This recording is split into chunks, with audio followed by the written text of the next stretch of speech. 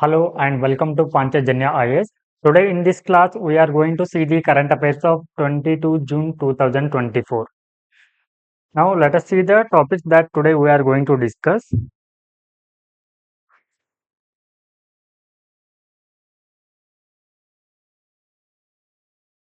So first of all I want to tell you ನಾವು topics ಅನ್ನ ಹೇಗೆ the Hindu news paper ಇಂದ ತಗೊಳ್ತೀವಿ ಅಂತಂದ್ರೆ ಸೊ ಫಸ್ಟ್ ಆಫ್ ಆಲ್ ಇಲ್ಲಿ ಟಾಪಿಕ್ ಅನ್ನ ಸೆಲೆಕ್ಟ್ ಮಾಡ್ತೀವಿ. ಓಕೆ, ಸೊ ಆ ಆರ್ಟಿಕಲ್ ಅಲ್ಲಿ ಕೀವರ್ಡ್ ಅನ್ನ ಸೆಲೆಕ್ಟ್ ಮಾಡೋದು.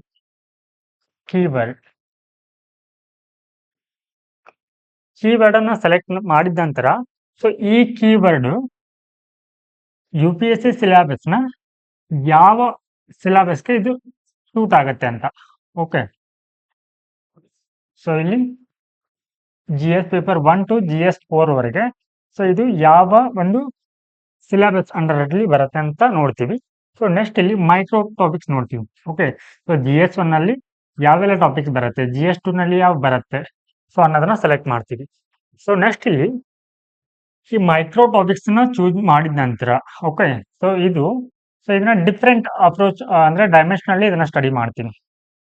So what are the dimension? So ಇಲ್ಲಿ ನಾವು ಅಂತಂದ್ರೆ ಇದನ್ನ ಮಲ್ಟಿ ಡೈಮೆನ್ಷನಲ್ ಅಪ್ರೋಚ್ ನಲ್ಲಿ ಇದನ್ನ ಸ್ಟಡಿ ಮಾಡ್ಬೇಕಾಗತ್ತೆ UPSC ಮೇನ್ಸ್ಗೆ ನಮ್ಗೆ ಹೆಲ್ಪ್ ಆಗ್ಬೇಕಂತಂದ್ರೆ. ಸೊ ನೆಕ್ಸ್ಟ್ ಇಲ್ಲಿ ಈ ಡೈಮೆನ್ಷನ್ ಆದ ನಂತರ ಸೊ ಈ ಒಂದು ನ್ಯೂಸ್ ಪೇಪರ್ ನಲ್ಲಿ ಕೊಟ್ಟಿರುವಂತಹ ಕೀ ಹೈಲೈಟ್ಸ್ ಅನ್ನ ನೋಡ್ತೀವಿ ಅಥವಾ ಕೀ ಪಾಯಿಂಟ್ಸ್ ಅನ್ನ.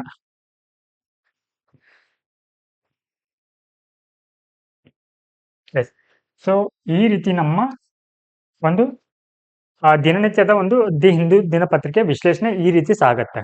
ಓಕೆ, ಸೊ ನಾವು let us see the topics. So first article, patent filings credit Bharat Biotech as inventor of Covaxin omit ICMR. So ಇದು ಇಲ್ಲಿ ಕೀವರ್ಡ್ ಏನಂತಂದ್ರೆ ಪೇಟೆಂಟ್ ಇದೆ. So it is important from GS paper 3 under science and technology. And second article, a progressive Indian policy on Myanmar outlined ಅಂತ ಇದೆ. So it is again important from GS paper 2 under international relation.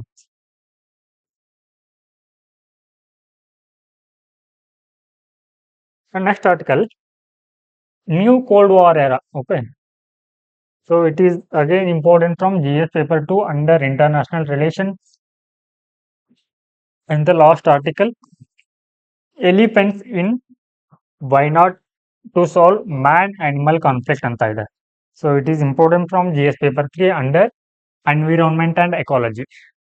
Okay, so now let us see the articles in detail.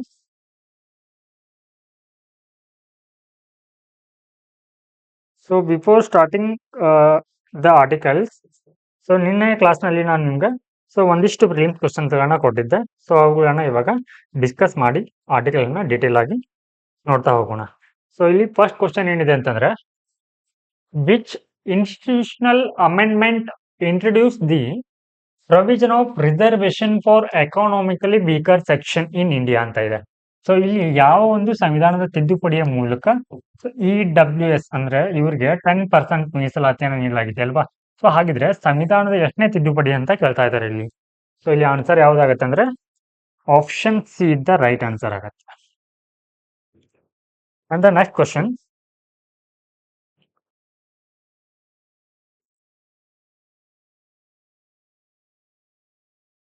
Which of the following is a primary cause of food tragedy. So ನಿನ್ನೆ ಕ್ಲಾಸ್ನಲ್ಲಿ ನಾವು ತಮಿಳುನಾಡಿನಲ್ಲಿ ಒಂದು ಗ್ರಾಮದಲ್ಲಿ ಏನಾಗಿತ್ತು, so ಅಲ್ಲಿ ಒಂದು ವಿಷಯುಕ್ತ ಒಂದು ಮದ್ಯವನ್ನ ಸೇವಿಸಿ ಹಲವಾರು ಜನ ಸಾವನ್ನಪ್ಪಿರುವಂತ ಘಟನೆಯನ್ನ ನೋಡಿದ್ದೀವಿ.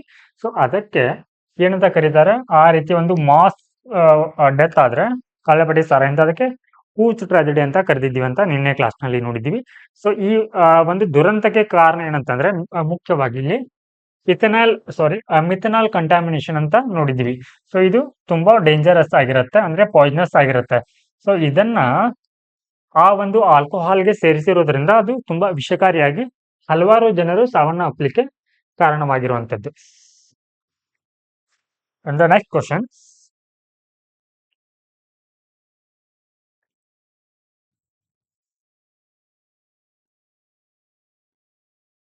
Which river flow through the Kaziranga national park ಅಂತ ಇದೆ. ಸೊ ಇಲ್ಲಿ ನಿನ್ನೆ ಕ್ಲಾಸ್ನಲ್ಲಿ ನಾವು ಕಾಜಿರಂಗ ನ್ಯಾಷನಲ್ ಪಾರ್ಕ್ ಬಗ್ಗೆ ಸ್ಟಡಿ ಮಾಡಿದ್ವಿ. ಸೊ ಆ ಒಂದು ಸ್ಥಳದಲ್ಲಿ ಇವಾಗ ಏನಾಗಿದೆ ಅಂತಂದ್ರೆ ತುಂಬಾ ಪ್ರವಾಹವಾಗಿದೆ. ಸೊ ಈ ಒಂದು ನ್ಯಾಷನಲ್ ಪಾರ್ಕ್ ನಲ್ಲಿ ಯಾವ ರಿವರ್ ಫ್ಲೋ ಆಗತ್ತೆ ಅಂತಂದ್ರೆ ಇಲ್ಲಿ ಬ್ರಹ್ಮಪುತ್ರ ನದಿ ಏನಾಗತ್ತೆ, ಸೊ ಈ ಒಂದು ನ್ಯಾಷನಲ್ ಪಾರ್ಕ್ ಮೂಲಕ ಹರಿದು ಹೋಗುತ್ತೆ.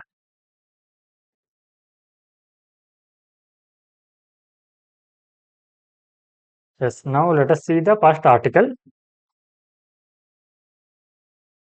Patent filling credit Bharat Biotech as inventor of Covaxin omit ICMR ಅಂತ ಇದೆ. ಸೊ ಇಲ್ಲಿ ಆರ್ಟಿಕಲ್ ನ ಡೀಟೇಲ್ ಆಗಿ ನೋಡ್ತಾ ಹೋಗೋಣ. ಸೊ ಏನ್ ಕೊಟ್ಟಿದ್ದಾರೆ ಈ ಆರ್ಟಿಕಲ್ ಅಲ್ಲಿ ಅಂತಂದ್ರೆ India's first indigenously developed corona virus vaccine. So ಇಲ್ಲಿ ಭಾರತದ ಒಂದು ಸ್ಥಳೀಯವಾಗಿ ಅಂತ ಅಭಿವೃದ್ಧಿಪಡಿಸಿದಂತ ಕೋವ್ಯಾಕ್ಸಿನ್ ಅಂತಂದ್ರೆ ಇಲ್ಲಿ ಕೋವಿಡ್ ವ್ಯಾಕ್ಸಿನ್. ಸೊ ಇದನ್ನ ಭಾರತದಲ್ಲಿ ತಯಾರಿಸಲಾಗಿತ್ತು. ಸೊ ಇದರಲ್ಲಿ ಮೇಜರ್ ಕಾಂಟ್ರಿಬ್ಯೂಟರ್ ಯಾರಂತಂದ್ರೆ ಇದನ್ನ ಯಾರು ಜಂಟಿಯಾಗಿ ಅಭಿವೃದ್ಧಿ ಪಡಿಸಿದ್ರಂದ್ರೆ ಸೊ ಇಲ್ಲಿ ICMR ಅಂತ ಬರ್ತಾರೆ. ಸೊ ICMR ಅಂತಂದ್ರೆ Indian council of medical research and the Hyderabad based Bharat biotech international limited ಅಂತ. ಓಕೆ, ಸೊ ಇದನ್ನ ICMR ಮತ್ತು ಭಾರತ್ ಬಯೋಟೆಕ್, ಸೊ ಇವ್ರು ಏನ್ ಮಾಡಿರ್ತಾರೆ ಇದನ್ನ ಜಂಟಿಯಾಗಿ ಅಭಿವೃದ್ಧಿ ಮಾಡಿರ್ತಾರೆ. ಸೊ ಇಲ್ಲಿ ಏನ್ ಇಶ್ಯೂ ಆಗಿದೆ ಅಂತಂದ್ರೆ with intellectual property rights jointly shared between the two organizations, that is what the public record state. So ಇವುಗಳನ್ನ ಜಂಟಿಯಾಗಿ ಇದನ್ನ ಅಭಿವೃದ್ಧಿ ಮಾಡಿರ್ತಾರೆ. ಅಂದ್ರೆ ಈ ಒಂದು ಔಷಧಿಯನ್ನ ಅಥವಾ ವ್ಯಾಕ್ಸಿನ್ ನ ಕಂಡು ಹಿಡಿದಿರಂತಹ ಒಂದು ಶ್ರೇಯಸ್ಸು ಸೊ ಇಬ್ಬರಿಗೂ ಸಲ್ಲತ್ತೆ. ಸೊ ಇದೇನ್ ಹೇಳುತ್ತೆ ಅಂದ್ರೆ ಪಬ್ಲಿಕ್ ರೆಕಾರ್ಡ್ ನಲ್ಲಿ ದಾಖಲಾಗಿದೆ.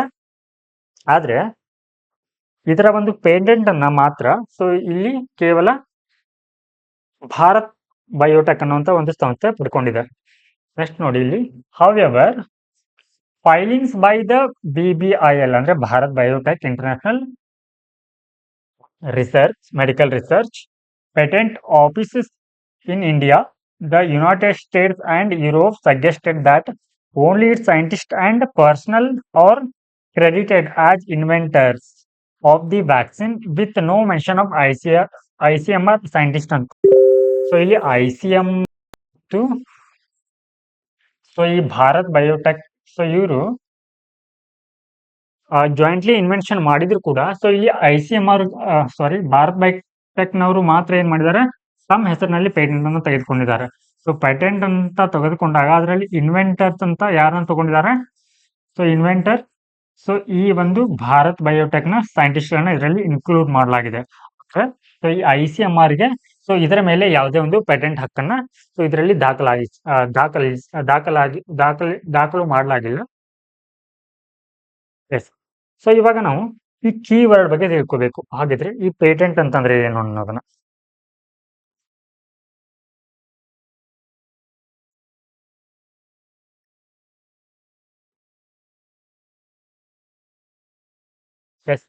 ಸೊ ಇಲ್ಲಿ Indian patent law is defined by various provisions of the patents act 1970. So ಇಲ್ಲಿ ಈ ಒಂದು ಪೇಟೆಂಟ್ಸ್ ಆಕ್ಟ್ 1970 ಅಲ್ಲಿ ಸೊ ಇದೇನು ಹೇಳುತ್ತೆ ಅಂತಂದ್ರೆ ಇಂಡಿಯನ್ ಪೇಟೆಂಟ್ ಲಾ ಬಗ್ಗೆ ಹೇಳುತ್ತೆ. ಓಕೆ, ಹಾಗಿದ್ರೆ ಈ ಪೇಟೆಂಟ್ ಅಂತಂದ್ರೆ ಏನು? A patent is an exclusive right granted for an invention. So ನೀವು ಏನಾದ್ರೂ ಹೊಸ ಸಂಶೋಧನೆಯನ್ನ ಮಾಡಿದಾಗ ಸೊ ಅದರ ಒಂದು ಹಕ್ಕು ಸ್ವಾಮ್ಯವನ್ನ ಸೊ ನಿಮಗೆ ನೀಡಲಾಗತ್ತೆ. ಯಾರು ಓರಿಜಿನೇಟರ್ ಇರ್ತಾರಲ್ವಾ ಸೊ ಅವರಿಗೆ ಅದು ಏನಾಗತ್ತೆ ನಿಮ್ಗೆ ಕ್ರೆಡಿಟ್ ಅನ್ನ ಕೊಡ್ತಾರೆ. ಅಂದ್ರೆ ಆ ಒಂದು ಪ್ರಾಡಕ್ಟ್ ಮೇಲೆ ನಿಮ್ಗೆ ಸಂಪೂರ್ಣ ಒಂದು ರೈಟ್ಸ್ ಇರುತ್ತೆ, ಅದನ್ನ ಸೆಲ್ ಮಾಡೋದ್ರ ಬಗ್ಗೆ, ಉತ್ಪಾದನೆ ಮಾಡೋದ್ರ ಬಗ್ಗೆ ಸೊ ನಿಮ್ಗೆ ಆದಂತಹ ಒಂದು ರೈಟ್ಸ್ ಅನ್ನ ಕೊಡ್ತಾರೆ. ಸೊ ಇದಕ್ಕೆ ಏನಂತ ಕರಿತೀವಿ ನಾವು ಪೇಟೆಂಟ್ ಅಂತ ಕರಿತೀವಿ. ಹಾಗಿದ್ರೆ ಈ ಒಂದು ಪೇಟೆಂಟ್ ಅನ್ನ ಕೊಡೋದ್ರಿಂದ ಆಗುವಂತ ಅಡ್ವಾಂಟೇಜಸ್ ಏನು ಅನ್ನೋದನ್ನ ನೋಡೋಣ.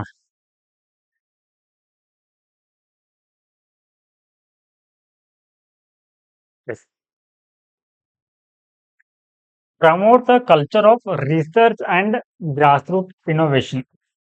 A strong patent system encourages inventors and innovators to come up with new ideas. So ಈ ರೀತಿಯ ಒಂದು ಪೇಟೆಂಟ್ಗಳನ್ನ ನೀಡೋದ್ರಿಂದ ಏನಾಗುತ್ತೆ ಅಂತಂದ್ರೆ ಹೊಸ ಹೊಸ ಸಂಶೋಧನೆಗಳು ಬೆಳಕಿಗೆ ಬರುತ್ತೆ. ಸೊ ಅಂದ್ರೆ ಹೊಸ ಹೊಸ ಸಂಶೋಧನೆಯವರಿಗೆ ಇದು ಏನಾಗುತ್ತೆ ಅಂತಂದ್ರೆ ಒಂದು ಭರವಸೆಯನ್ನ ನೀಡುತ್ತೆ. ಹಾಗೆ attract more foreign investment. So ಇಲ್ಲಿ ಫಾರಿನ್ ಇನ್ವೆಸ್ಟ್ಮೆಂಟ್ ಅಂದ್ರೆ ವಿದೇಶಿ ಹೂಡಿಕೆ ಸೊ ಜಾಸ್ತಿ ಆಗ್ಲಿಕ್ಕೆ ಅಥವಾ ಅದನ್ನ ಸೆಳೆಯುವಂತ ಅಂಶಗಳಲ್ಲಿ ಸೊ ಈ ಒಂದು ಪೇಟೆಂಟ್ಸ್ ರೈಟ್ ಅಂದ್ರೆ ಹೊಸ ಹೊಸ ಸಂಶೋಧನೆಗಳು ಯಾವ ಸ್ಥಳದಲ್ಲಿ ಹೆಚ್ಚಾಗಿ ಕಂಡು ಬರುತ್ತೆ ಅಲ್ವಾ, ಸೊ ಆ ಒಂದು ಸ್ಥಳದಲ್ಲಿ ಏನಾಗುತ್ತೆ ಅಂತಂದ್ರೆ ಸೊ ಈ FDI ಜಾಸ್ತಿ ಹರಿದು ಬರುತ್ತೆ. ಹಾಗೆ ಪ್ರಮೋಟ್ಸ್ ಎಕ್ಸ್ಪೋರ್ಟ್.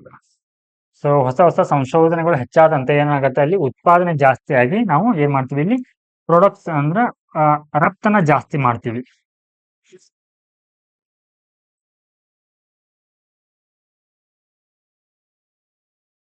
ಹಾಗಿದ್ರೆ ಈ ಒಂದು ಪೇಟೆಂಟ್ ಕುರಿತಾದಂತಹ ಸವಾಲುಗಳೇನು? Challenges in India.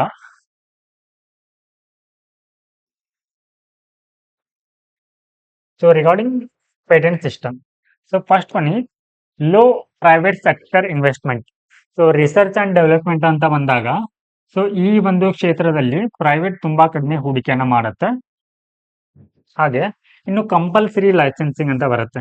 ಸೊ ಯಾವ್ದಾದ್ರು ನೀವು ಕಂಪನಿಯನ್ನ ಓಪನ್ ಮಾಡ್ಬೇಕಿದ್ರೆ ಸೊ ಅಲ್ಲಿ ಏನಾಗುತ್ತೆ ಅಂತಂದ್ರೆ ಆ ವಿದೇಶಿ ಕಂಪನಿಗಳಿಗೆ ಸೊ ಅವರು ಕಂಪಲ್ಸರಿ ಆಗಿ ಲೈಸೆನ್ಸ್ ಅನ್ನ ಪಡೆದುಕೊಳ್ಬೇಕಾಗತ್ತೆ. ಹಾಗೆ ಇಲ್ಲಿ ಪ್ರಿವೆನ್ಷನ್ ಆಫ್ ಎವರ್ ಗ್ರೀನಿಂಗ್ ಅಂತ ಬರುತ್ತೆ. ಸೊ ಏನಿದು ಪ್ರಿವೆನ್ಷನ್ ಆಫ್ ಎವರ್ ಗ್ರೀನಿಂಗ್ ಅಂತಂದ್ರೆ ಸೊ ನಿಮಗೆ ಪೇಟೆಂಟ್ ರೈಟ್ಸ್ ನ ಓಕೆ ಸೊ ಈ ಪೇಟೆಂಟ್ ರೈಟ್ಸ್ ಅನ್ನ ಕೊಡ್ತಾರೆ. ಸೊ ಅದು ಎಷ್ಟುವರೆಗೆ ಇರುತ್ತೆ ಅಂತಂದ್ರೆ 10 years ಇರುತ್ತೆ. ಓಕೆ, ಸೊ 10 years ಆದ ನಂತರ ನೀವೇನ್ ಮಾಡಬಹುದು, ಇದನ್ನ ರಿನ್ಯೂವಲ್ ಮಾಡ್ಕೊಳ್ಬಹುದು. ಓಕೆ, ಸೊ ಇಲ್ಲಿ ಇನ್ನೊಂದು ಮೇಜರ್ ಚಾಲೆಂಜ್ ಅಂತಂದ್ರೆ ಸೊ ಈ ಒಂದು ಒರಿಜಿನಲ್ ಪ್ರಾಡಕ್ಟ್ ಅನ್ನ ಏನ್ ಮಾಡ್ತಾರೆ ಅಂತಂದ್ರೆ ಸ್ವಲ್ಪ ಮಾಡಿಫಿಕೇಶನ್ ಮಾಡ್ತಾರೆ ಇವರು, ಸ್ವಲ್ಪ ಅಲ್ಟರ್ ಮಾಡಿ ಸೊ ಇದನ್ನ ತಮ್ಮದೇ ಒಂದು ಹೊಸ ಪ್ರಾಡಕ್ಟ್ ಅಂತ ಏನ್ ಮಾಡ್ತಾರೆ, ಇದಕ್ಕೆ ಪೇಟೆಂಟ್ ಅನ್ನ ತೆಗೆದುಕೊಳ್ತಾರೆ. ಸೊ ಇದಕ್ಕೆ ಏನಂತ ಕರಿತೀವಿ ನಾವು ಪ್ರಿವೆನ್ಷನ್ ಆಫ್ ಎವರ್ ಗ್ರೀನಿಂಗ್ ಅಂತ ಕರಿತೀವಿ. ನೀವು ಮೆಮೆ ಪೇಜ್ಗಳಲ್ಲಿ ನೋಡಿರ್ಬೋದು, ಬಿಸ್ಲರಿ ಅಂತ ವಾಟರ್ ಬಾಟಲ್ ಇರುತ್ತೆ, ಬಿಸ್ಲರಿ ವಾಟರ್ ಬಾಟಲ್. ಸೊ ಅದನ್ನ ಏನ್ ಮಾಡ್ತಾರೆ, ಅಲ್ಟರ್ ಆಗಿ ಚೇಂಜ್ ಮಾಡಿ ಅದಕ್ಕೆ ಸೊ ಈ ರೀತಿ ಸೇಮ್ ಇರುತ್ತೆ, SELRI. ಸೊ ಈ ರೀತಿ ಏನ್ ಮಾಡ್ತಾರೆ, ಹೆಸರನ್ನ ಚೇಂಜ್ ಮಾಡ್ತಾರೆ. ಅದೇ ರೀತಿ ಒರಿಜಿನಲ್ ಪ್ರಾಡಕ್ಟ್ ಅಲ್ಲಿ ಏನಾದ್ರೂ ಒಂದು ಕಾಂಪೋನೆಂಟ್ಸ್ ಅನ್ನ ಚೇಂಜ್ ಮಾಡಿ ಹೊಸ ಪ್ರಾಡಕ್ಟ್ಸ್ ಅನ್ನ ಪ್ರಾಡಕ್ಟ್ ಅಂದ್ರೆ ಉತ್ಪಾದನೆ ಮಾಡ್ತಾರೆ.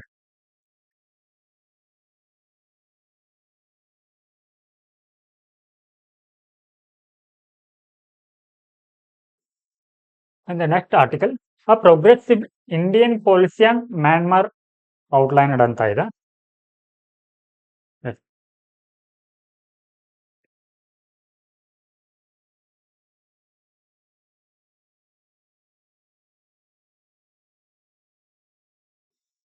ಸೊ ಇಲ್ಲಿ ಮ್ಯಾನ್ಮಾರ್ ನಲ್ಲಿ ಏನಾಗ್ತಾ ಇದೆ ಅಂತಂದ್ರೆ ಅಂತರ್ಯುದ್ಧ ಸ್ಟಾರ್ಟ್ ಆಗಿದೆ. ಓಕೆ, ಸೊ ಅಂತರ್ಯುದ್ಧ ಅಂತಂದ್ರೆ ಸೊ ಅಲ್ಲಿ ಹಲವಾರು ಗುಂಪುಗಳಿರುತ್ತೆ. ಸೊ ಅವುಗಳ ನಡುವೆ ಏನಾಗುತ್ತೆ ಅಂದ್ರೆ ಲಾಂಗ್ ಟರ್ಮ್ ಏನಾಗುತ್ತೆ ಇಲ್ಲಿ ಸಂಘರ್ಷ ಏರ್ಪಡುತ್ತೆ. ಹಾಗಿದ್ರೆ ಈ ಸಂಘರ್ಷ ಏನಕ್ಕೆ ಏರ್ಪಡುತ್ತೆ ಅಂತಂದ್ರೆ ಅಲ್ಲಿ ಸಾಮಾಜಿಕ, ರಾಜಕೀಯ ಅಥವಾ ಸೈದ್ಧಾಂತಿಕ ಭಿನ್ನಾಭಿಪ್ರಾಯಗಳಿರುತ್ತೆ. ಸೊ ಈ ಕಾರಣಕ್ಕಾಗಿ ಏನಾಗುತ್ತೆ ಅಲ್ಲಿ ಅಂತರ್ಯುದ್ಧ ಅಥವಾ ಸಂಘರ್ಷ ಕಂಡು ಬರ್ತಾ ಇದೆ. ಹಾಗಿದ್ರೆ ಯಾವೆಲ್ಲ ಕಾರಣಕ್ಕಾಗಿ ಸಂಘರ್ಷ ಏರ್ಪಡುತ್ತೆ ಅಂತಂದ್ರೆ ಇಲ್ಲಿ ಮುಖ್ಯವಾಗಿ ಒಂದು ಆ ರಾಷ್ಟ್ರದ ಆಡಳಿತಕ್ಕಾಗಿ, ಹಾಗೆ ಸಂಪನ್ಮೂಲಗಳ ನಿಯಂತ್ರಣ ಅಥವಾ ಪ್ರಾಬಲ್ಯಕ್ಕಾಗಿ ಏನಾಗುತ್ತೆ ಅಲ್ಲಿ ಅವು ಸಂಘರ್ಷಕ್ಕೆ ಒಳಪಡುತ್ತೆ. ಸೊ ಇಲ್ಲಿ 2020ರಲ್ಲಿ ಏನಾಯ್ತು ಅಂತಂದ್ರೆ ಮ್ಯಾನ್ಮಾರ್ನಲ್ಲಿ ಎಲೆಕ್ಷನ್ ನಡೆದಿತ್ತು. ಸೊ ಆ ಒಂದು ಎಲೆಕ್ಷನ್ ಅಲ್ಲಿ ಸೊ ಈ ಒಂದು ಎಲೆಕ್ಷನ್ ಅಲ್ಲಿ ನ್ಯಾಷನಲ್ ಲೀಗ್ ಫಾರ್ ಡೆಮಾಕ್ರಸಿ ಅನ್ನೋಂಥ ಪಕ್ಷ ಏನಾಗುತ್ತೆ ಇಲ್ಲಿ ಎಲೆಕ್ಟೆಡ್ ಆಗತ್ತೆ.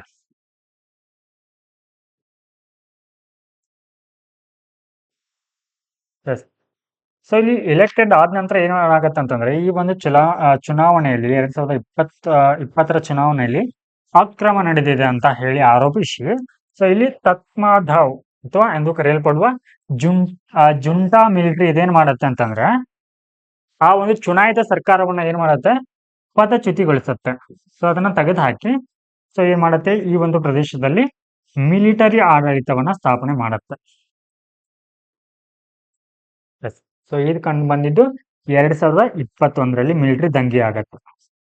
ಸೊ ಇವಾಗ ಮ್ಯಾನ್ಮಾರ್ನಲ್ಲಿ ಇರುವಂತದ್ದು ಮಿಲಿಟರಿ ಆಡಳಿತ ಇದೆ. ಸೊ ಅಲ್ಲಿ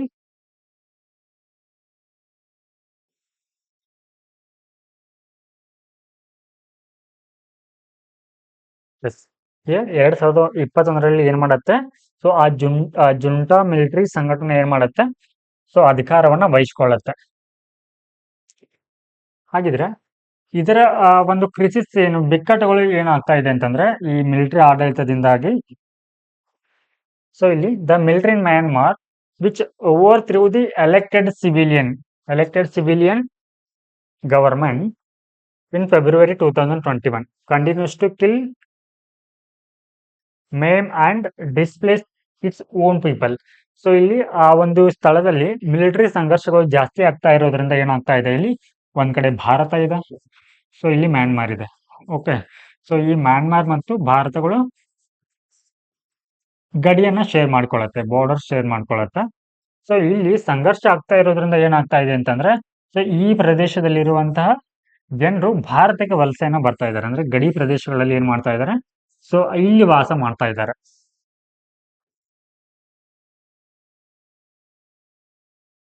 S, the regime has killed more than 5,000. So ಈ ಒಂದು ಮಿಲಿಟರಿ ಆಡಳಿತ ಏನ್ ಮಾಡಿದೆ ಅಂತಂದ್ರೆ ಸುಮಾರು 5,000 ಜನರನ್ನ ಕೊಂದಿದೆ. ಹಾಗೆ ಈ ಮಿಲಿಟರಿ ಒಂದು ಆಡಳಿತದ ಪರಿಣಾಮವಾಗಿ ಸೊ ಸುಮಾರು 2.5 ಮಿಲಿಯನ್ ಜನರು ಏನಾಗಿದ್ದಾರೆ ವಲಸೆಯನ್ನ ಹೋಗಿರುವಂತದ್ದು ಅಥವಾ ಸ್ಥಳಾಂತರವನ್ನ ಹೋಗಿದ್ದಾರೆ. ಓಕೆ, ಹಾಗಿದ್ರೆ ಸೊ ಇದರ ಕುರಿತು ಭಾರತದ ನಿಲುವು ಏನಾಗಿದೆ, ಅದರ ಟೀಕೆಗಳೇನು ಅನ್ನೋದನ್ನ ನೋಡೋಣ. ಸೊ ಇಲ್ಲಿ India has maintained formal relations with the Myanmar junta.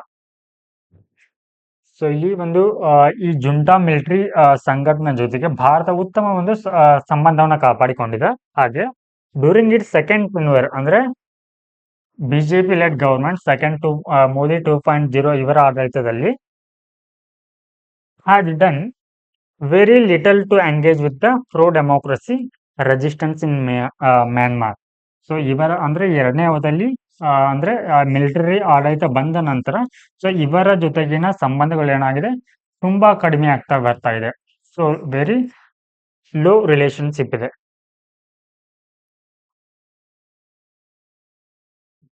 Next ಇಲ್ಲಿ justification of India's policy.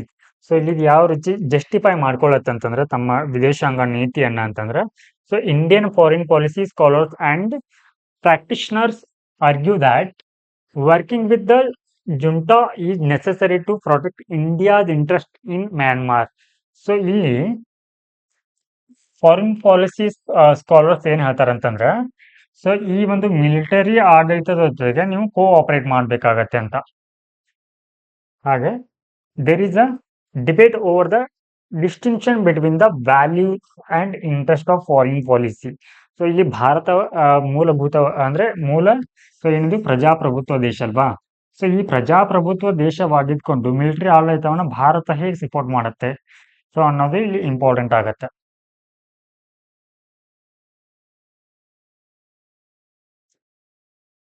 Next ನೋಡಿ ಇಲ್ಲಿ proposed shift in India policy. Okay, so ಇಲ್ಲಿ ಮಿಲಿಟರಿ ಆಡಳಿತ ನೆಲೆಗೊಂಡ ನಂತರ ಏನಾಗ್ತಾ ಇದೆ ಅಂತಂದ್ರೆ ಭಾರತ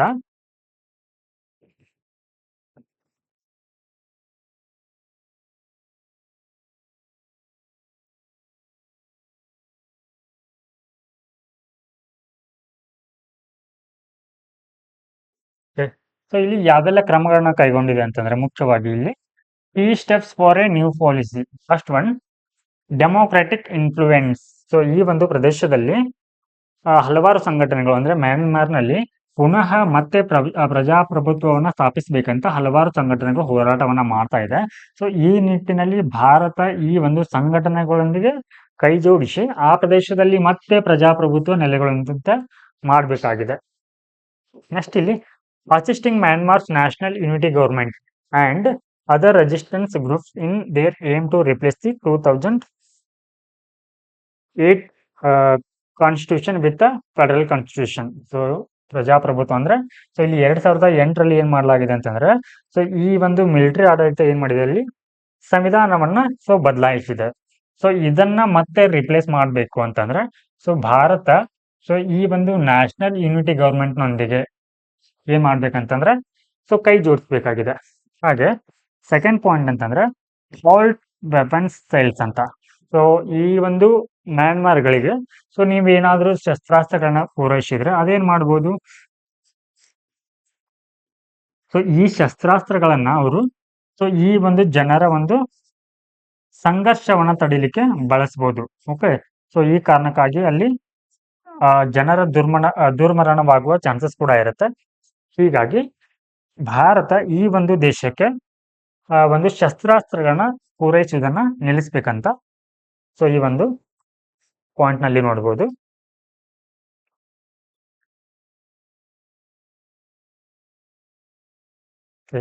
ಹಾಗಿದ್ರು ಕೂಡ ಈ 2021ರಿಂದ ನಂತರ ಏನಾಗಿದೆ ಅಂತಂದ್ರೆ ಶಸ್ತ್ರಾಸ್ತ್ರಗಳನ್ನ ಭಾರತ ಪೂರೈಸಿದೆ, ಬಟ್ ಅವು ತುಂಬಾ ಮಾರಣಾಂತಿಕವಾಗಿಲ್ಲದಂತ ಶಸ್ತ್ರಾಸ್ತ್ರಗಳನ್ನ ಏನ್ ಮಾಡ್ತಾ ಇದೆ ಅಂತಂದ್ರೆ ಪೂರೈಕೆ ಮಾಡ್ತಾ ಇದೆ. ಸೊ ಇದನ್ನು ಕೂಡ ನಿಲ್ಲಿಸ್ಬೇಕಂತ ಈ ಒಂದು ಆರ್ಟಿಕಲ್ ನಲ್ಲಿ ಹೇಳಲಾಗತ್ತೆ.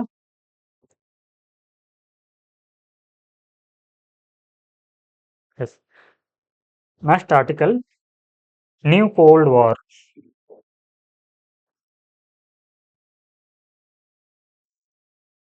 ಏನಿದು ನ್ಯೂ ಕೋಲ್ಡ್ ವಾರ್ ಅಂತಂದ್ರೆ ಸೊ ನಿಮ್ಗೆ ಓಲ್ಡ್ ವಾರ್ ಬಗ್ಗೆ ತಿಳ್ಕೊಂಡ್ಬೇಕು. ಫಸ್ಟ್ ಓಲ್ಡ್ ವಾರ್ ಬಗ್ಗೆ. ಓಕೆ, ಸೊ ಇಲ್ಲಿ 1960ರಲ್ಲಿ ಏನಾಗಿತ್ತು ಅಂತಂದ್ರೆ 2 ಬಣಗಳು ರೂಪುಗೊಂಡಿದ್ದು. ಓಕೆ, ಸೊ ಅದರಲ್ಲಿ USSR, ಸೊ ಇವಾಗಿನ ರಷ್ಯಾ ಮತ್ತೆ ಯುನೈಟೆಡ್ ಸ್ಟೇಟ್ಸ್ ಆಫ್ ಅಮೇರಿಕಾ, ಈ 2 ಬಣಗಳು ಏನಾಗಿದ್ದು ಅವಾಗ ರೂಪುಗೊಂಡಿದ್ದು. ಸೊ ಒಂದು ಜಗತ್ತಿನಲ್ಲಿ ಪ್ರಾಬಲ್ಯವನ್ನ ಸಾಧಿಸ್ಲಿಕ್ಕೆ. ಓಕೆ, ಸೊ ಇವಾಗ ನ್ಯೂ ಕೋಲ್ಡ್ ವಾರ್ ನಲ್ಲಿ ಸೊ ಯಾವೆಲ್ಲ ಬಣಗಳು ಫಾರ್ಮ್ಗೊಂಡಿವೆ ಅಂತಂದ್ರೆ ಇಲ್ಲಿ ಅಗೇನ್ ರಷ್ಯಾ ಬರುತ್ತೆ, ಚೀನಾ ಮತ್ತೆ North Korea. This is one block. Here USA, Japan and South Korea. This is another block. So ಇದಕ್ಕೆ ಏನಂತ ಕರಿತೀವಿ ನಾವು ನ್ಯೂ ಕೋಲ್ಡ್ ವಾರ್ ಅಂದ್ರೆ ಸೊ 1960ರಲ್ಲಿ ಯಾವ ರೀತಿಯ ಸಿಚುವೇಶನ್ ಫಾರ್ಮ್ ಆಗಿತ್ತಲ್ವಾ, ಸೊ ಅದು ಇವಾಗ ಅಪ್ಕಮಿಂಗ್ ಇಯರ್ಸ್ ನಲ್ಲಿ ಅಂದ್ರೆ ಸದ್ಯಕ್ಕೆ ಇವಾಗ ಈ ರೀತಿಯ ಕೋಲ್ಡ್ ವಾರ್ ನಡೀತಾ ಇದೆ. ಓಕೆ, ಸೊ 1960ರಲ್ಲಿ ಏನಾಗಿತ್ತು ಅಲ್ಲಿ ಆನ್ ಫೀಲ್ಡ್ ಅಂದ್ರೆ ಯುದ್ಧ ಭೂಮಿಯಲ್ಲಿ ಏನಾಗಿತ್ತು ಶಸ್ತ್ರಾಸ್ತ್ರಗಳೊಂದಿಗೆ ಹೋರಾಟವನ್ನ ಮಾಡಿದ್ರು. ಬಟ್ ಇನ್ನು ಈ ನ್ಯೂ ಕೋಲ್ಡ್ ವಾರ್ ನಲ್ಲಿ ಏನಾಗ್ತಾ ಇದೆ ಇಲ್ಲಿ ಸೊ ಇಲ್ಲಿ ವಾರ್ ನಡೀತಾ ಇದೆ. ಯಾವ ರೀತಿ ಅಂತಂದ್ರೆ ಫಾರ್ ಎಕ್ಸಾಂಪಲ್ ಇವಾಗ ಟೆಕ್ನಾಲಜಿಕಲ್ ವಾರ್ ಇದೆ, ಅಂದ್ರೆ 5G ರಿಲೇಟೆಡ್ ವಾರ್ ಇದೆ. ಹಾಗೆ ಇನ್ನು ಟ್ರೇಡ್ ಅಂತ ಬಂದ್ರೆ ಟ್ರೇಡ್ ವಾರ್ ನೋಡ್ತೀವಿ, ಪೇಟೆಂಟ್ ರಿಲೇಟೆಡ್ ಒಂದು ವಾರ್ನ ನೋಡ್ತೀವಿ. ಸೊ ಈ ರೀತಿ ಇಶ್ಯೂಗಳು ಏನಾಗ್ತಾ ಇದೆ ಸೊ ಈ ಒಂದು ದೇಶಗಳ ನಡುವೆ ಕಂಡು ಬರ್ತಾ ಇದೆ. ಸೊ ಇದಕ್ಕೆ ನಾವು ಏನಂತ ಕರಿತೀವಿ ನ್ಯೂ ಕೋಲ್ಡ್ ವಾರ್ ಅಂತ ಕರಿತೀವಿ, or new cold war era ಅಂತ ಕೂಡ ಕರಿಬಹುದು.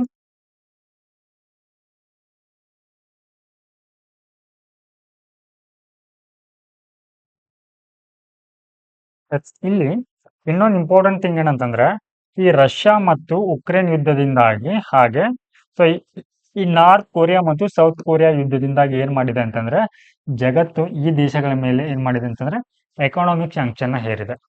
ಸೊ ಈ ಕಾರಣಕ್ಕಾಗಿ ಏನ್ ಮಾಡ್ತಾ ಇದೆ ಅಂತಂದ್ರೆ ಈ ರಷ್ಯಾ ಮತ್ತು ಈ ನಾರ್ತ್ ಕೊರಿಯಾ ಒಂದಾಗಿ ಏನ್ ಮಾಡ್ತಾ ಇದೆ ಇವಾಗ ಅಂದ್ರೆ ತಮ್ಮ ಒಂದು ಸಂಬಂಧಗಳನ್ನ ವ್ಯಾಪಾರದ ಮೂಲಕ ವೃದ್ಧಿಸಿಕೊಳ್ತಾ ಇದೆ. ಸೊ ಇಲ್ಲಿ Russia North Korea security fact ಅಂತಂದ್ರೆ ಸೊ ಇಲ್ಲಿ ಭದ್ರತಾ ಒಪ್ಪಂದ. ಓಕೆ, ಸೊ ಇವುಗಳ ನಡುವೆ ಭದ್ರತಾ ಒಪ್ಪಂದ ಆಗಿದೆ ರಷ್ಯಾ ಮತ್ತು ನಾರ್ತ್ ಕೊರಿಯಾ ನಡುವೆ. ಓಕೆ, ಆ security fact was reached between Russian president Vladimir Putin and North Korean leader Kim Jong Un in Pyongyang ಅಂತ ಇದೆ. Okay, so both countries promised mutual assistance in the event of aggression. So ಇಲ್ಲಿ mutual event of aggression ಅಂತಂದ್ರೆ, so ಇವುಗಳ ನಡುವೆ ಇವಾಗ ಏನ್ ಮಾಡ್ತಾ ಇದೆ, ಈ ರಷ್ಯಾ ಮತ್ತು ನಾರ್ತ್ ಕೊರಿಯಾ ಸೇರಿ ಸೊ ತನ್ನ ಪ್ರತಿಸ್ಪರ್ಧಿಯಾದಂತಹ USA, ಸೊ ಇವುಗಳ ನಡುವೆ ಏನ್ ಮಾಡ್ತಾ ಇದೆ, ಇವಾಗ ಪರಸ್ಪರ ಸಹಕಾರವನ್ನ ತೋರಿಸ್ತಾ ಇದೆ.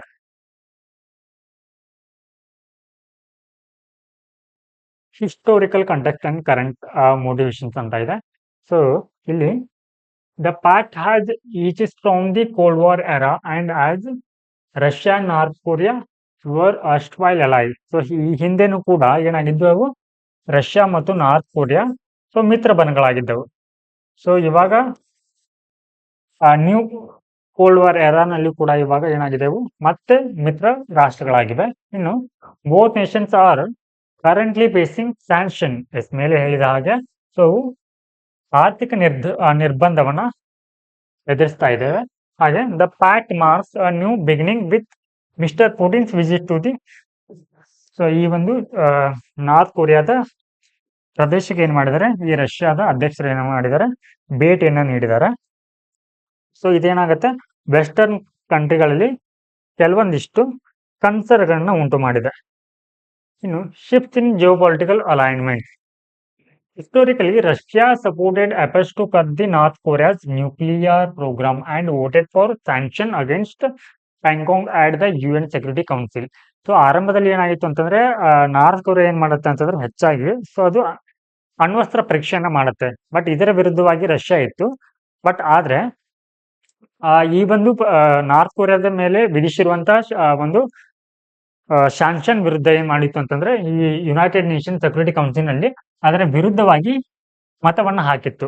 ಸೊ ಈ ರೀತಿ ಏನಾಗ್ತಾ ಇದೆ, ಇಲ್ಲಿ ಇವುಗಳ ನಡುವಿನ ಸಂಬಂಧ ಹೆಚ್ಚಾಗ್ತಾ ಇದೆ, ಅಂದ್ರೆ ವೃದ್ಧಿ ಆಗ್ತಾ ಇದೆ. ನೆಕ್ಸ್ಟ್ ಇಲ್ಲಿ the Ukraine war has change the Russia geopolitical strategies leading to close ties with the North Korea. Okay, so ಇಲ್ಲಿ ರಷ್ಯಾದ ಮೇಲೆ ಈ ರಷ್ಯಾ ಉಕ್ರೇನ್ ವಾರ್ ನಡೆದ ನಂತರ ಸೊ ಈ ರಷ್ಯಾ ಮೇಲೆ ಏನಾಗಿದೆ, ಇವಾಗ ಎಲ್ಲ ದೇಶಗಳು ನಿರ್ಬಂಧವನ್ನ ಹೇರ್ತಾ ಇದೆ. ಸೊ ಹೀಗಾಗಿ ಅದು ಬೇರೆ ದೇಶಗಳೊಂದಿಗೆ ವ್ಯಾಪಾರ ಸಂಬಂಧವನ್ನು ಕಳೆದುಕೊಂಡು ಸೊ ಇವಾಗ ಅದು ಅಗೇನ್ ನಾರ್ತ್ ಕೊರಿಯಾದ ಕಡೆ ವಾಲ್ತಾ ಇದೆ.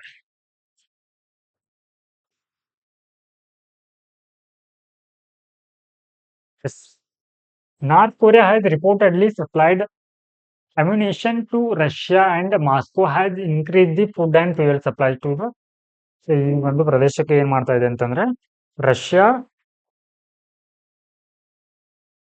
ಸೊ ನಾರ್ತ್ ಕೊರಿಯಾ ಏನ್ ಮಾಡ್ತಾ ಇದೆ ಅಂತಂದ್ರೆ ಆ ರಷ್ಯಾಗಳಿಗೆ ಶಸ್ತ್ರಾಸ್ತ್ರಗಳನ್ನ ಪೂರೈಕೆ ಮಾಡ್ತಾ ಇದೆ. ಹಾಗೆ ಇನ್ನು potential military and technological cooperation. So here speculation exists that Russia could assist North Korea's defense sector with critical technology. So Russia ಏನ್ ಮಾಡ್ತಾ ಇದೆ ಅಂತಂದ್ರೆ ಕ್ರಿಟಿಕಲ್ ಎಮರ್ಜಿಂಗ್ ಟೆಕ್ನಾಲಜಿಗಳನ್ನ ಸೊ ನಾರ್ತ್ ಕೊರಿಯಾಗೆ ಏನ್ ಮಾಡ್ತಾ ಇದೆ, ಇಲ್ಲಿ ಪೂರೈಕೆನ ಮಾಡ್ತಾ ಇದೆ. The security pact elevates Russia's North Korea's relation to de facto alliance. So ಈ ರೀತಿಯ ಒಂದು ಶಸ್ತ್ರಾಸ್ತ್ರಗಳ ಆಮದು ಏನ್ ಮಾಡ್ತಾ ಇದೆ ಅಂತಂದ್ರೆ ರಷ್ಯಾ ಮತ್ತು ಈ ಒಂದು ನಾರ್ತ್ ಕೊರಿಯಾದ ಸಂಬಂಧಗಳು ಸ್ಟ್ರಾಂಗ್ ಆಗಲಿಕ್ಕೆ ಕಾರಣವಾಗ್ತಾ ಇದೆ.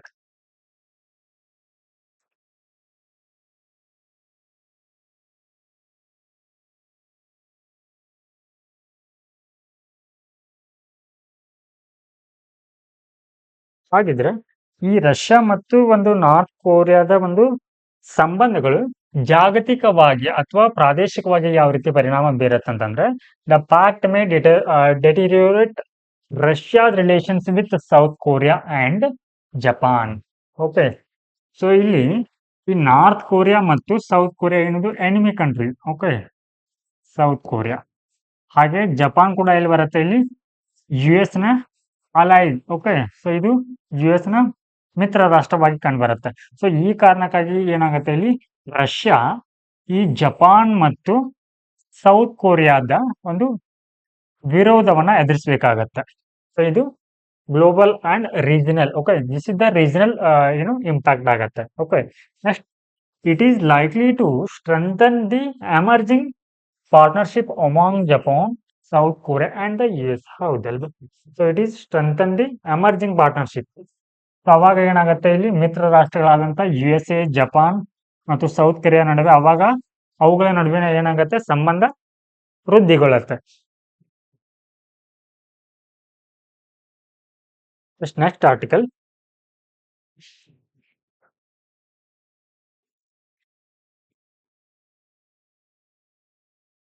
Elephants in Wayanad to solve man animal conflict ಅಂತ ಇದೆ. So it is important from GS paper 3 under environment and ecology. So ಇಲ್ಲಿ ಮಾನವ ಮತ್ತು ಪ್ರಾಣಿಗಳ ನಡುವಿನ ಒಂದು ಸಂಘರ್ಷವನ್ನ ತಡೆಗಟ್ಟಲಿಕ್ಕೆ ಇಲ್ಲಿ ಎಲಿಫೆಂಟ್ಸ್. ಸೊ ಇಯರ್ ಎಲಿ ಅಂತಂದ್ರೆ ಎಲಿಫೆಂಟ್ ಅಂತ ಆಗತ್ತೆ. ಸೊ ಪೆಂಟ್ಸ್ ಅಂತಂದ್ರೆ ಬೇಲಿ. ಸೊ ಇಲ್ಲಿ ಬೇಲಿನ ಹಾಕುವ ಮೂಲಕ ಏನ್ ಮಾಡ್ಲಾಗತ್ತೆ, ಇಲ್ಲಿ ಮ್ಯಾನ್ ಅನಿಮಲ್ ಕಾನ್ಫ್ಲಿಕ್ಟ್ ಅನ್ನ ತಪ್ಪಿಸಲಾಗತ್ತೆ. ಸೊ ದಿಸ್ ಈಸ್ ಕಂಟ್ರಿ, ದೇಶದ ಮೊದಲ artificial intelligence based smart fence ಆಗಿದೆ, ಕಾಲ್ಡ್ ಎಲಿಫೆಂಟ್ಸ್. ಸೊ ಇದೇನ್ ಮಾಡತ್ತೆ ಅಂತಂದ್ರೆ accelerating human wild life conflict in the region. So ಇದನ್ನ ವೈನಾಡ್ ನಲ್ಲಿ ಅಂದ್ರೆ ಕೇರಳದಲ್ಲಿ ಸೊ ಇವಾಗ ಇದನ್ನ ಇನ್ಸ್ಟಾಲ್ ಮಾಡಿದ್ದಾರೆ. ಸೊ ಇದೇನ್ ಮಾಡುತ್ತೆ, ಮಾನವ ಮತ್ತು ವನ್ಯಜೀವಿಗಳ ನಡುವಿನ ಒಂದು ಸಂಘರ್ಷವನ್ನ ತಡೆಗಟ್ಟುತ್ತೆ. ಯಾವ ರೀತಿ ತಡೆಗಟ್ಟುತ್ತೆ ಅಂತಂದ್ರೆ, ಸೊ ಇಲ್ಲಿ deep study of elephant. So ಇದನ್ನ ಒಂದು ಇನ್ಸ್ಟಾಲ್ ಮಾಡ್ಕೊಳ್ಳೋದ್ರಿಂದ, ಅಂದ್ರೆ ಎಲಿಫೆಂಟ್ಸ್ ಅನ್ನ ಇನ್ಸ್ಟಾಲ್ ಮಾಡೋದ್ರಿಂದ ಏನಾಗುತ್ತೆ ಅಂತಂದ್ರೆ, ಸೊ ಇದರಿಂದ deep study of element behaviour in pickle conflict, ಸಂಘರ್ಷದ ಸಂದರ್ಭದಲ್ಲಿ ಸೊ ಆನೆಗಳ ಒಂದು ಆಳವಾದ ಒಂದು ಏನ್ ಮಾಡ್ಬೋದು ಅಂತಂದ್ರೆ ಬಿಹೇವಿಯರ್ ಅನ್ನ ಇಲ್ಲಿ ಸ್ಟಡಿ ಮಾಡ್ಲಿಕ್ಕೆ ಸೊ ಇದು ನೆರವಾಗತ್ತೆ. ಸೊ ನೆಕ್ಸ್ಟ್ ಇಲ್ಲಿ which enable early warning of intrusive element. So in case ಏನಾದ್ರು, ಸೊ ಇಲ್ಲಿ ಕಾಡಿದೆ ಅಂತ ಅನ್ಕೊಳ್ಳೋಣ. ಸೊ ಇಲ್ಲಿ ಕಾಡಿದೆ. ಸೊ ಈ ಕಾಡಲ್ಲಿ ಎಲಿಫೆಂಟ್ ಏನಾದ್ರು ಬರ್ತಾ ಇದ್ರೆ ಸೊ ಇಲ್ಲಿ ಫೆನ್ಸಿಂಗ್ ಅನ್ನ ಹಾಕಿರ್ತಾರೆ. ಸೊ ಈ ಫೆನ್ಸಿಂಗ್ ನಲ್ಲಿ ಬರೋ ಮುಂಚಿತವಾಗಿ ಏನ್ ಮಾಡತ್ತೆ ಅಂತಂದ್ರೆ ಅದು ಸೊ ಈ ರಸ್ತೆಯಲ್ಲಿರೋಗೆ ಅಲರ್ಟ್ ಮೆಸೇಜ್ ಹೋಗುತ್ತೆ.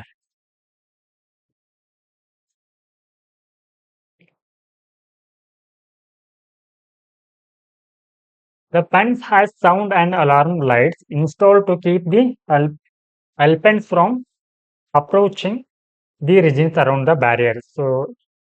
ಸೊ ಇಲ್ಲಿ ಏನಾಗುತ್ತೆ ಅಂದ್ರೆ ಅವ್ರಿಗೆ ಅಲಾರಾಮ್ ಅನ್ನ ನೀಡುತ್ತೆ, ಲೈಟ್ ಮೂಲಕ ಏನ್ ಮಾಡ್ಲಾಗತ್ತೆ, ಅವ್ರಿಗೆ ಅಲಾರಾಮ್ ಅನ್ನ ನೀಡುತ್ತೆ. ಸೊ ನೆಕ್ಸ್ಟ್ ಇಲ್ಲಿ ಆಲ್ಸೋ ಅಲರ್ಟ್ ಟು ಮೋಟಾರಿಸ್ಟ್. ಆ ಪ್ರದೇಶದ ಸುತ್ತಮುತ್ತ ಯಾರಾದ್ರೂ ವಾಹನಗಳನ್ನ ಚಲಾವಣೆ ಮಾಡ್ತಾ ಇದ್ರೆ ಅಥವಾ ಪಾದಚಾರಿಗಳಿದ್ರೆ ಅವ್ರಿಗೆ ಏನ್ ಮಾಡುತ್ತೆ, ಅಲರ್ಟ್ ಮೆಸೇಜ್ ಹೋಗುತ್ತೆ. ಹಾಗೆ ಇಲ್ಲಿ ಸೊ ಇದೇನ್ ಮಾಡತ್ತೆ ಅಂತಂದ್ರೆ elephants also uses laser belt technology. ಅಂದ್ರೆ ಇನ್ ಕೇಸ್ ಏನಾದ್ರೂ ಆ ಎಲಿಫೆಂಟ್ ಫೆನ್ಸಿಂಗ್ ಅನ್ನ ದಾಟಿ ಬರ್ತಾ ಇದ್ರೆ ಸೊ ಇದರಿಂದ ಆ ಆನೆಗಳಿಗೆ ಏನಾಗಲ್ಲ, ಇಲ್ಲಿ ಏನು ಹಾನಿ ಆಗಲ್ಲ, ಅಂದ್ರೆ ಅದು ರಬ್ಬರ್ ಇಂದ ಮಾಡಲ್ಪಟ್ಟಿರುತ್ತೆ.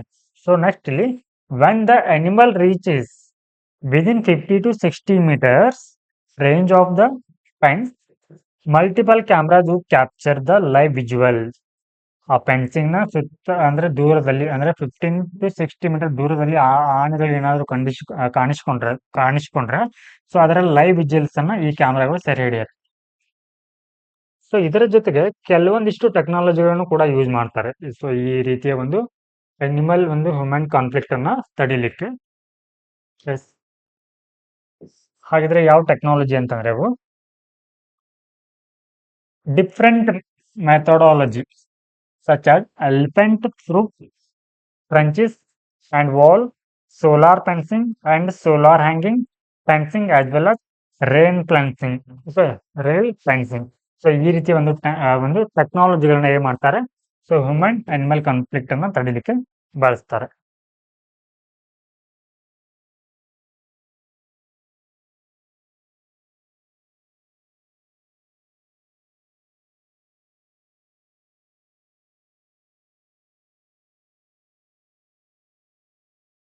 ಇದಿಷ್ಟು ಇವತ್ತಿನ ದಿ ಹಿಂದೂ ದಿನಪತ್ರಿಕೆ ವಿಶ್ಲೇಷಣೆ ಆಗಿತ್ತು.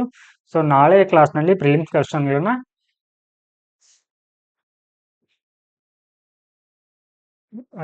ಪ್ರಿಲಿಮ್ ಕ್ವಶನ್ ನಾಳೆ ಕೊಡ್ತೀನಿ. ಸೊ ಸದ್ಯಕ್ಕೆ ಇವತ್ತು ಯಾವುದೇ ಪ್ರಿಲಿಮ್ ಕ್ವಶನ್ಸ್ ಇಲ್ಲ.